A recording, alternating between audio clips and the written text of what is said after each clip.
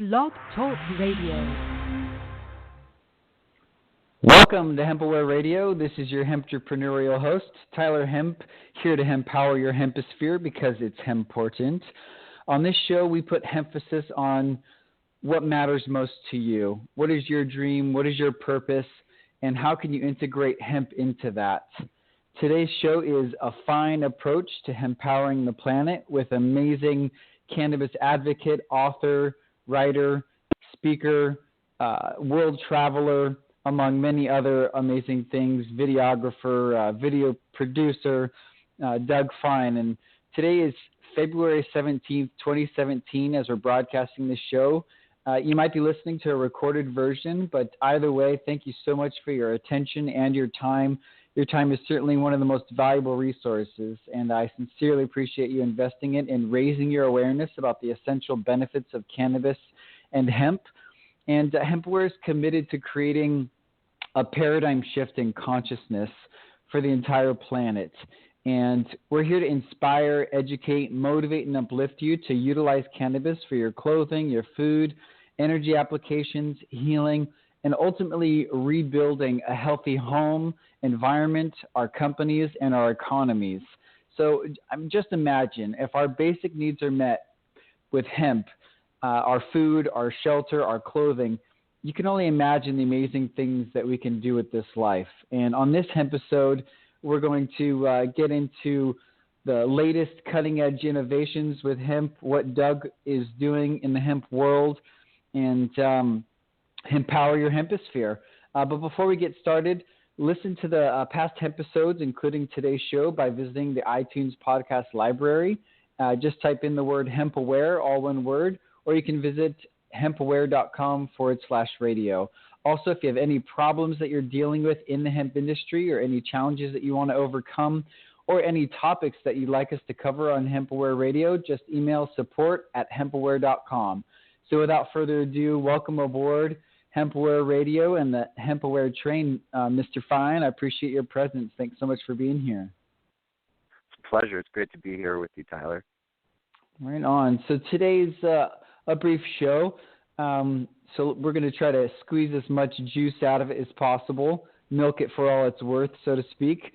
So let's dive right into it. I know we've had you on the show once before, so our listeners can check out that show. But let's give them a brief kind of purpose of your life. You came across cannabis many years ago, and you've written several books on the subject. But let's just share with our audience, what is your life purpose? I'm trying to nudge the cosmos in what feels like a positive direction according to my part. I believe that there's all kinds of energy throughout our existence, and what life is telling me is the right way to go is what are the things on which I try to focus. And where that intersects with cannabis is that in our little niche of the galaxy, in our little planet, we've got a climate change issue, and by cultivating hemp cannabis, it's a number one way that we can both heal soil for healthy food for everybody, but also to sequester carbon and mitigate climate change so that future generations have an opportunity to exist. That's crucial, man. It's an ultimate life purpose, and I'm right there with you. I feel like the cannabis industry, or the people that are in it, from the heart space, are really the change makers. And so it's an honor to see the work that you've done. Your latest book, Hemp Bound, is so inspiring. It's tremendous value. If you haven't already picked up a copy, go to Amazon or DougFine.com. or even hempaware.com. We have a section of books. You can pick up your copy there. So where can our listeners learn more about you? I know I just mentioned your website. You're a speaker, hemp advocate. You're a farmer of sorts. You're a goat herder.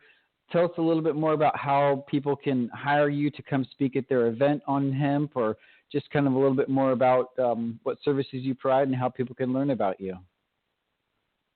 Thanks for that.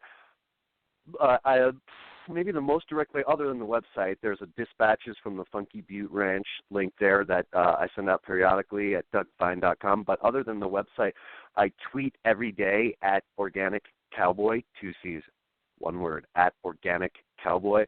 And that's the best way to find out what's going on, including a very near future announcement. This year I was blessed, after 10 years as a cannabis journalist and author and speaker, and to actually become a real hemp farmer.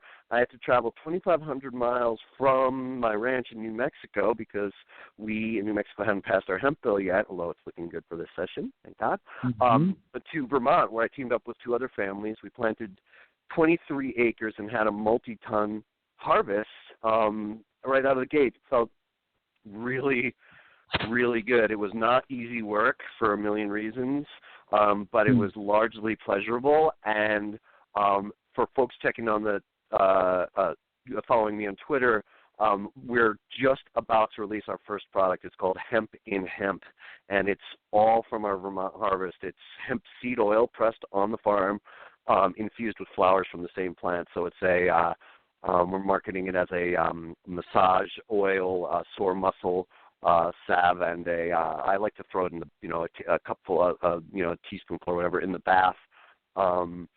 And we have other products that are going to be live on our website soon. So that's in the next week, and that's just an immediate thing that has me really excited. That sounds so delightful. So you're going to have not only the essential fatty acids from the seed oil, but you're also getting those terpenes and cannabinoids infused from the flowers. Yep, through decarboxylation. There's a lot of different methods, as you know, and probably as a lot of listeners know. There's a lot of different methods just on that flower side, just on the extracting flower elements from them, and some of them really focus on different elements, whether they be cannabinoids or terpenes, bioflavonoids, or whatever. And so we like the idea of decarboxylating, of just basically heating up the flowers in their own hemp seed oil. And it was an experiment because we didn't know anybody else that had done it that way, and it's really working well. It's not a product for somebody that is looking for a high dose of CBD, that one specific cannabinoid. Certainly there's CBD in it, but it's something about, I don't know exactly what it was, that it was grown outdoors under God's sun with love, that it has that it was decarboxylated so it has its full range of cannabinoids, terpenes, etc.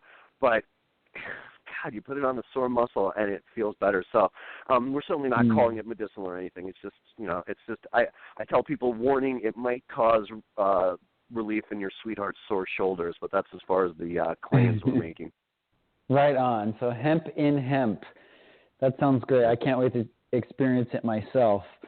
So what do you feel are the most important actions that hemp advocates or hemp business owners should be taking right now to contribute to the success of the hemp industry and continue it? Because there is rumor now that there's some chance that we might lose a lot of traction based on this whole DEA action, rescheduling cannabis, unlawfully. They're trying to impose changes that may affect the industry. What do you feel is the most important thing that these advocates and business owners can do to contribute to the success of the hemp industry?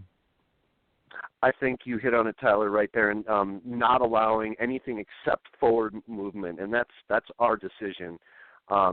We know that hemp is good. We know that it depends on it, regardless of your approach. If your approach is, for instance, patriotism, it's good for the country to have a strong hemp economy, to have farmers that are back to work growing a lucrative crop. It's good for the climate to have healthy soil building, which every hemp crop provides.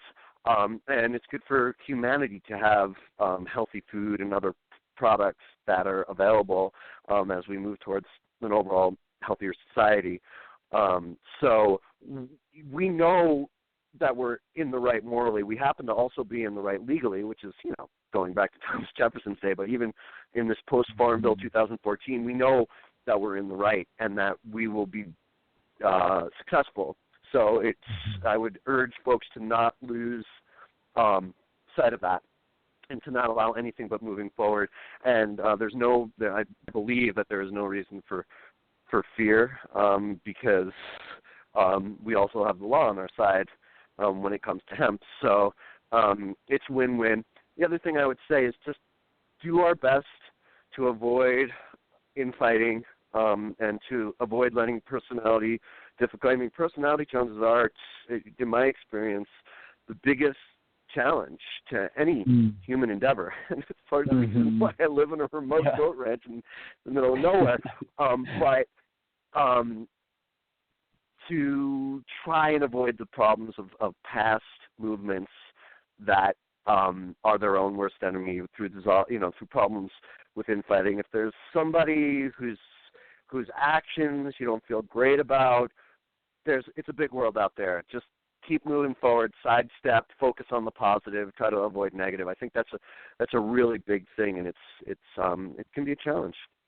Well, that's sound advice. I appreciate that, and it's certainly true that human interaction or human relationships might be the most challenging topic or way to keep moving forward. And so ultimately working on ourselves, working on our mindset, as you mentioned, and incorporating a spiritual practice, I think, is essential, when it comes to business, utilizing our businesses as a vehicle for human transformation, for consciousness transformation. And obviously working in the hemp field is very easy to feel like you're accomplishing a spiritual purpose or a higher purpose in life. So what would you recommend someone just getting into the hemp world as far as, how they could raise their awareness about hemp? And if we have enough time, we have about 3 minutes left. Also, if somebody's just now getting started, what are some of those lucrative industries as far as hemp that you would suggest people to look into or invest in? Tackling the first one, for people that are trying to increase their knowledge base and are just hearing about hemp for the first time and want to learn more about it, a great way is to go to a hemp trade show or expo. If anybody's in Washington, D.C., right in Congress on February 28th in Rayburn Office Building in Washington, D.C., there's a Hemp on the Hill Expo. And then, of course, the great NOCO Hemp Expo, the fourth one. I'll be at both of those. That NOCO is in Loveland, Colorado, my favorite holiday, April 1st. So trade shows are good. Reading literature and books about it helps. And if you live in a legal hemp state, I'll tell you this, I learned more in 1 year of being an actual hemp farmer this past year than in 10 years of hemp journalism. And so if you're in a legal hemp state, register, even if you're just going to plant a little bit, just get some seed in the ground, see how it sprouts, see how it works, and you'll be healing, soil and doing good things along the way. And then as far as applications and making a success of it from what you call a bottom line standpoint, with my usual preface that I think these days everything should be focused as much as possible on regional supply chains and making sure that the farmer benefits. So we hear from a dispensary, for instance, in Vermont that wants some of our flower, and their first proposal is, and they're great people, give us your flower, we'll process it, and we'll give you half of the oil or half of the revenue from it. Like, oh, okay, because we just work 10 months on this crop every day, and you own a machine, so that entitles you for 50%. Stick up for farmers. Farmers should be the ones that largely benefit. It's easier said than done, and it's hardly ever been achieved in the history of, since post-feudalism. But now is the time we can incorporate fair trade and organic principles into a vertical system that benefits farmers. On specific applications, yeah, sure, a lot of the flower applications have been getting a lot of attention now, but the fastest growing market in Canada in the past year is fiber, believe it or not, of all things. And so I'll close with the big advice that I got from Hemp's Mark Reinders, the managing director of Europe's longest running hemp company, which is the secret to success in hemp is eyes open and the ability to constantly pivot. It's new and it's in flux in a million different ways, and so you can't just throw all your eggs in one basket and believe that you hit on the solution forever, because the industry isn't in that place yet. You've got to have your eyes open and be ready to pivot, ready to learn from what the market's showing, and make creative decisions going into the future. Right on. Thank you so much, Doug. This is your Hemptrepreneurial host, Tyler Hemp. Thanks so much for tuning into this short and sweet HempAware Hempisode broadcast. Doug, I hope we can have you on the show in the near future, and I'll be seeing you at NoCo. I'd love that, and I look forward to seeing you too, Tyler. Thanks for having me. All right, bless. Peace out, everyone.